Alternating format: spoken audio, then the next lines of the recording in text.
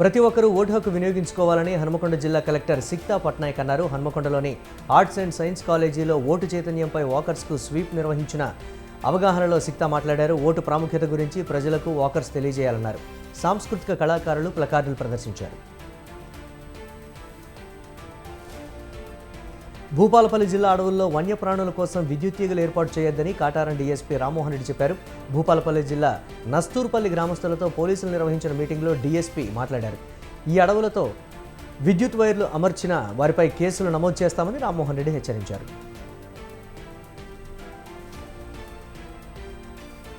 శ్రీ సత్యసాయి జిల్లా ధర్మవరంలో నందు గిర్రాజ్ రవి ఆధ్వర్యంలో ఓబీసీ చేనేత వ్యాపారుల ఆత్మీయ సమావేశం జరిగింది. సమావేశంలో ధర్మవరం కూటమి ఎమ్మెల్యే అభ్యర్థి సత్యకుమార్ యాదవ్, టీడీపీ, జనసేన, బీజేపీ నేతలు పాల్గొన్నారు.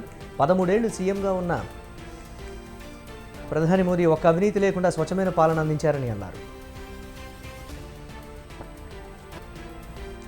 ధర్మవరం అభివృద్ధి, ప్రజల సూచనలు, సలహాలు తీసుకునేందుకే కనెక్టివ్ సత్యకు శ్రీకారం చుట్టినట్లు ధర్మవరం కూటమి అభ్యర్థి సత్యకుమార్ యాదవ్ చెప్పారు.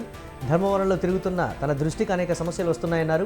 ప్రజల సమస్యలపై 9408029999 నెంబర్కు వాట్సాప్ ద్వారా లేదా SMS ద్వారా తెలియజేయవచ్చని సత్యకుమార్ చెప్పారు. ఏలూరు జిల్లా నూజివీడు టీడీపీ రెబల్ అభ్యర్థి ముద్రబోయిన వెంకటేశ్వరరావు తన నామినేషన్ ఉపసంహరించుకున్నారు. పార్టీ పెద్దల హామీతో ముద్రబోయిన వెంకటేశ్వరరావు మెత్తబడ్డారు. టీడీపీ ఎంపీ అభ్యర్థి పుట్ట మహేష్ యాదవ్తో చర్చలు ఫలించడంతో నామినేషన్ను ముద్రబోయిన వెనక్కి తీసుకున్నారు.